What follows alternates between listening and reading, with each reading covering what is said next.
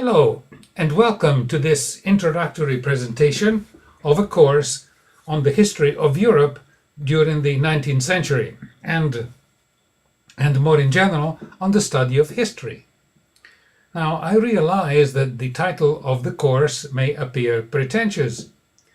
The information available on the history of the 19th century is enormous, and enormous even if we were to limit ourselves to study, say, England, Germany, France, Spain, and Italy. Therefore, one immediate question and objection is whether we can cover adequately 100 years of the history of an entire continent. Which brings us to the question, what are the objectives? Now, allow me not to answer immediately. Not that I want to create the proverbial suspense or at least surprise. The reason is simpler, or perhaps more ambitious. I want to take this opportunity of this history course to demonstrate and let you practice some learning and research techniques which I hope you will find useful and entertaining, not only when studying history. Now, some of the techniques are directly related to history. Some can be applied to just about any discipline, including scientific disciplines. And, to use current terminology, we may call the simultaneous objectives of learning and of applying specific learning techniques, we may call it multitasking of the mind. Now, considering that 90% of the knowledge of what we know and call history comes from books, we will briefly touch on techniques that will enable you to have fun and to retain much more of what you read than you think possible.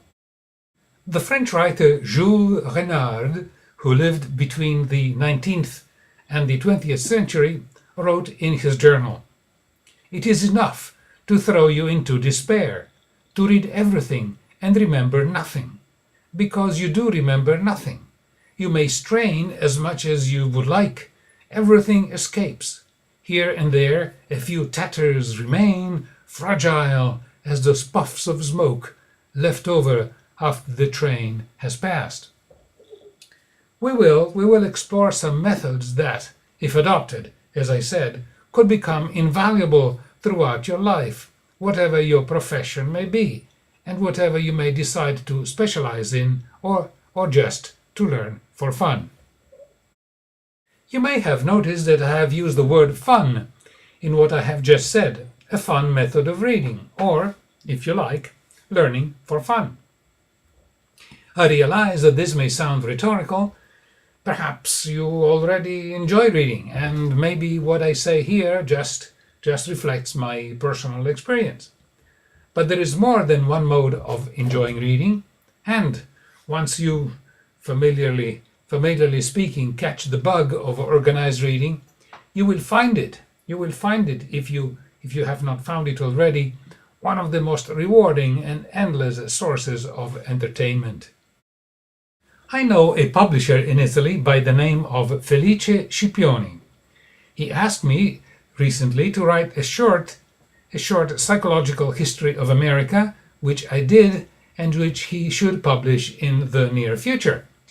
He lives in a medieval town of central Italy called Valentano, once a feud of a famous feudal family that grew very powerful during the Renaissance. The town is close to one of the most beautiful, at least in my opinion, most beautiful lakes of central Italy, namely the Lake of Bolsena. This publisher, Mr. Scipioni, has adopted a standardized pocket format for his books, and even famous Italian pens have published for his collection. He has a library of over 36,000 volumes stored away in a house dedicated to the purpose. Every day he can be found at his library perusing one or more of the books in his collection.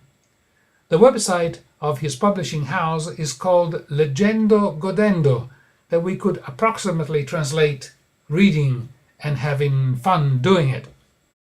From his website, I have extracted these lines from Cicero.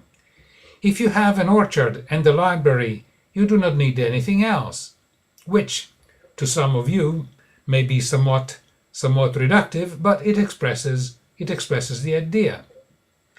Mr. Scipioni applies to his life another observation, or if you like, a maxim, again extracted from the journal of Jules Renard. Namely, when I think of all the books that I still have to read, I have the certainty that I can still be happy. Let me return for a moment to the subject of organized reading, which will play an important part in this course, I hope, to ensure that you obtain the best possible value as well as fun, as I said. Mortimer Adler, director of the Encyclopaedia Britannica, was one of the best-known educators in the history of American education.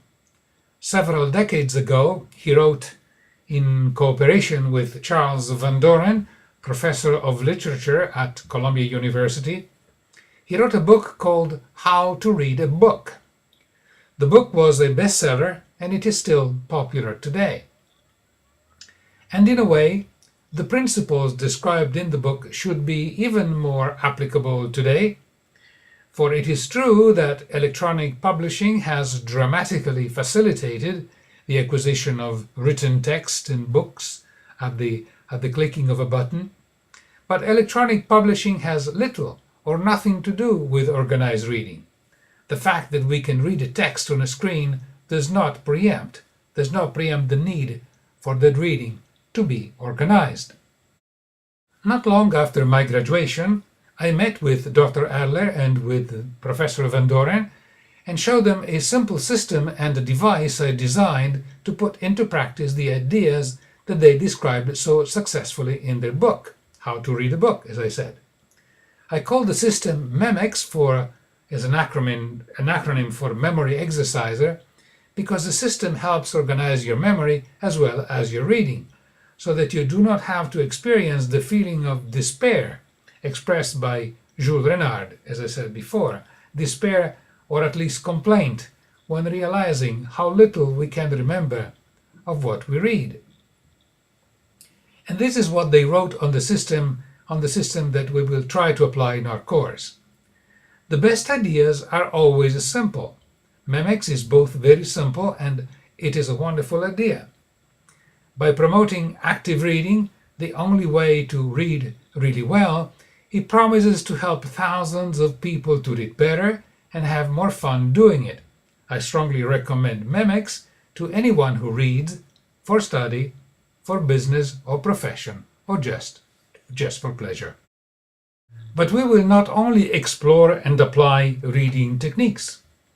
We will also explore and demonstrate the relationship between reading a book and producing a movie, and how to turn that relationship to practical use. There is another topic I would like to briefly introduce before dealing with the specific sections of our course, namely the subject of aesthetics in learning. I am showing you here two examples from medieval illuminated books. One from a book of prayers, who may have been illuminated and designed for an important monastery or maybe an archbishop. The other is an illustration from another medieval illuminated book, a book on botany. I would like you to think for a moment about these examples, well recognizing that the reproduction here could not possibly replicate the artistic magnificence of the originals. Still, as you observe these pictures in your own time, I would like to ask you, and no answer is wrong, could you express in your own words the effect these samples have on your perception? Do they invite you to read? And apart from the inestimable value of the originals, would you like to own your own copy? And if you were to consult your copy again, would you do it for the text or for the illuminations? And why do you think that illuminated books were produced? And why we call these books illuminated and not simply illustrated?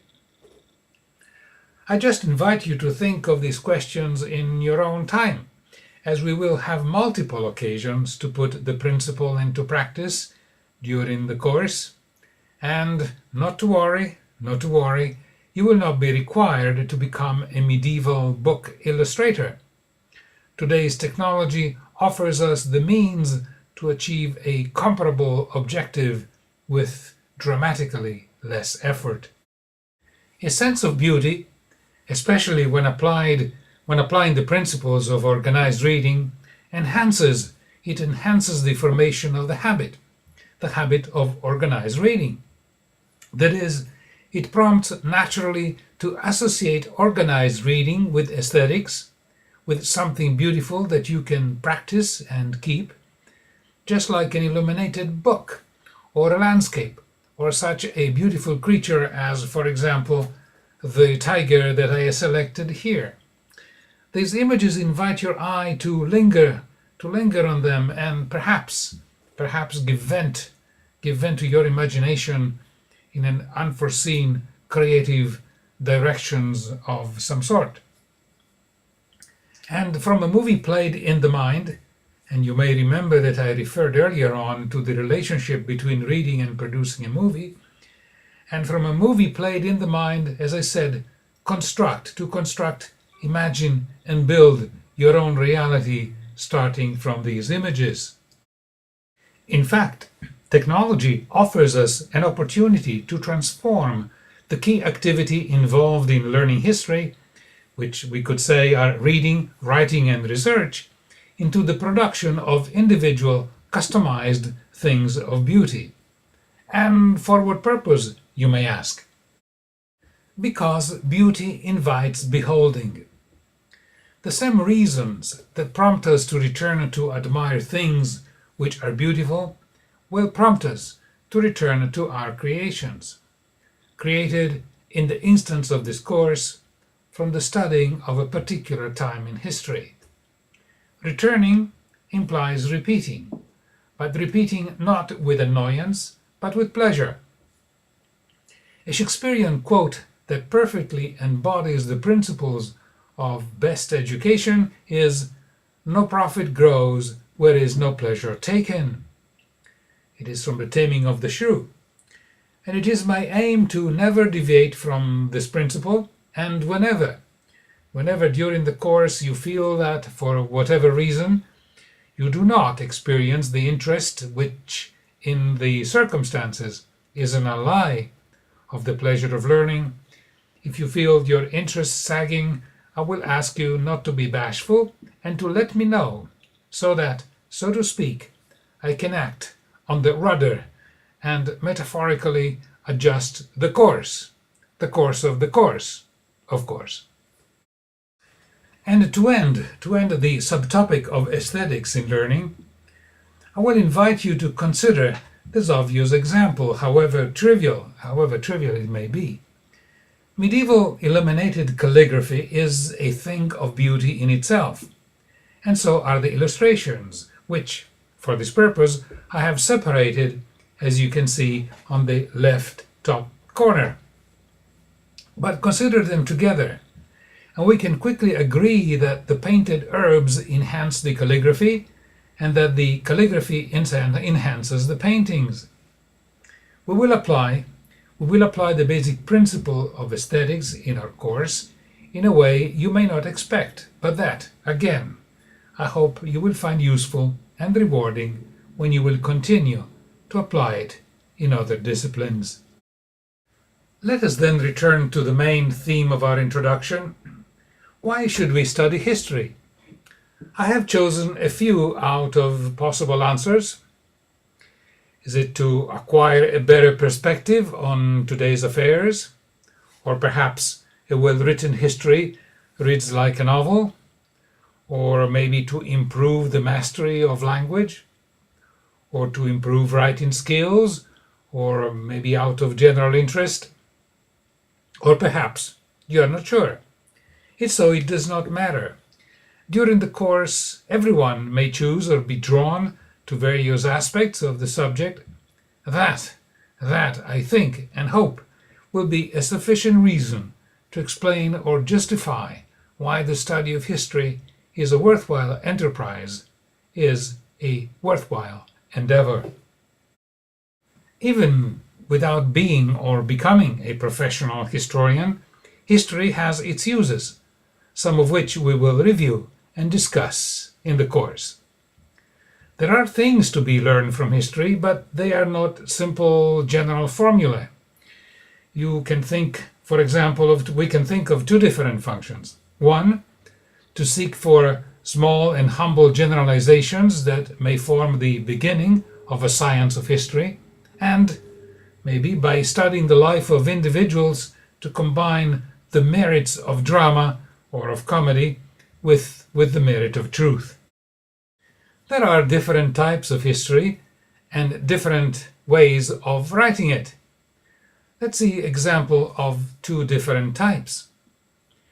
In the distant 1929, sociologists Robert and Helen Lind set themselves to study life in a typical small American city, and at the time the small city was Muncie, Indiana, which they called Middletown in their related books.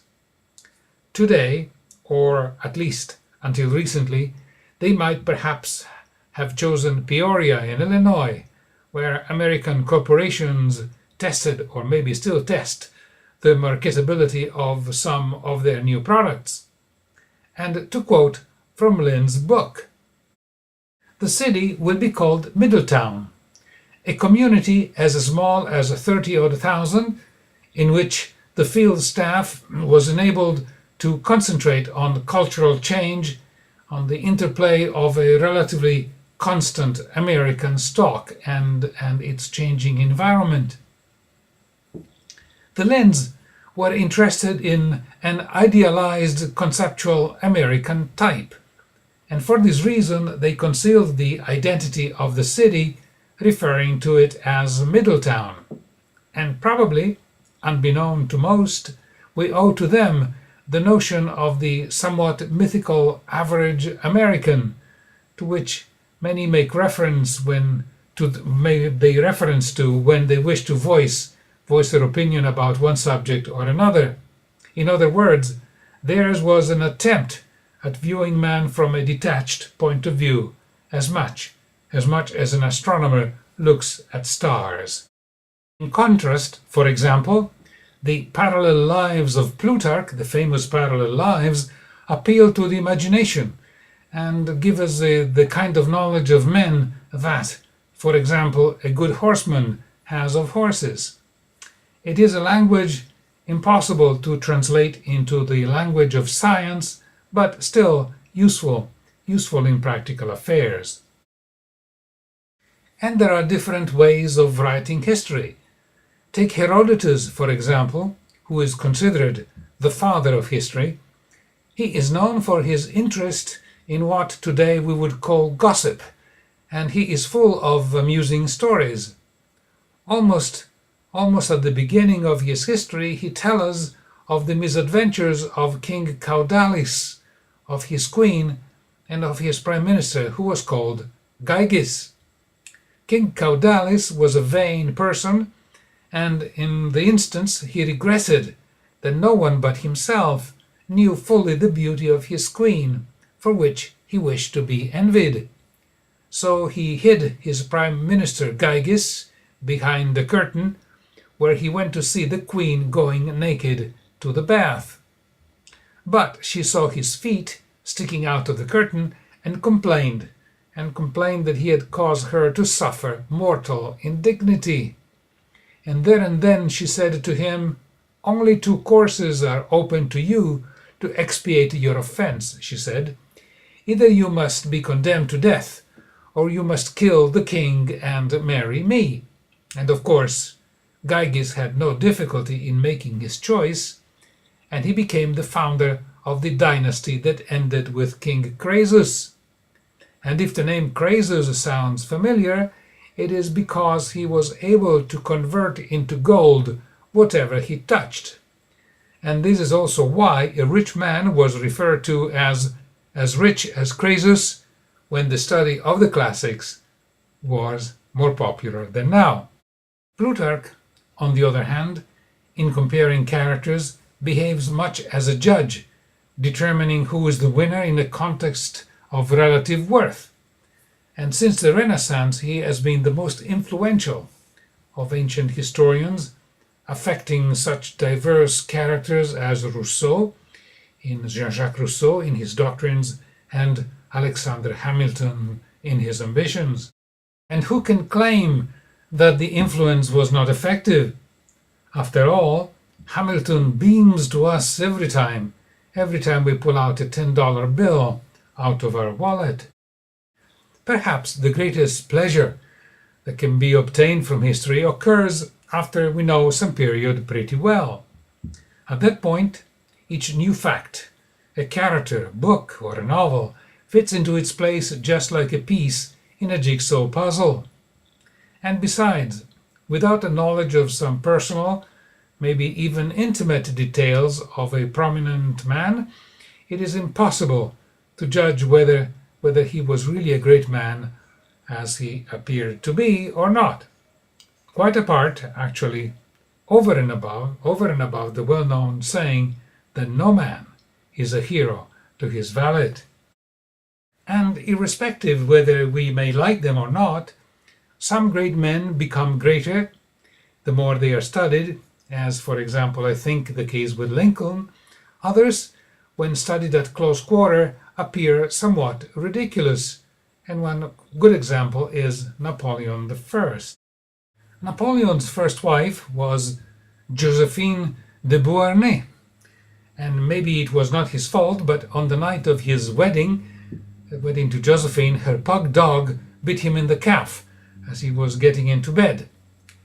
But there have been several other occasions when he appeared in an unfavorable light, and the blame was unquestionably his.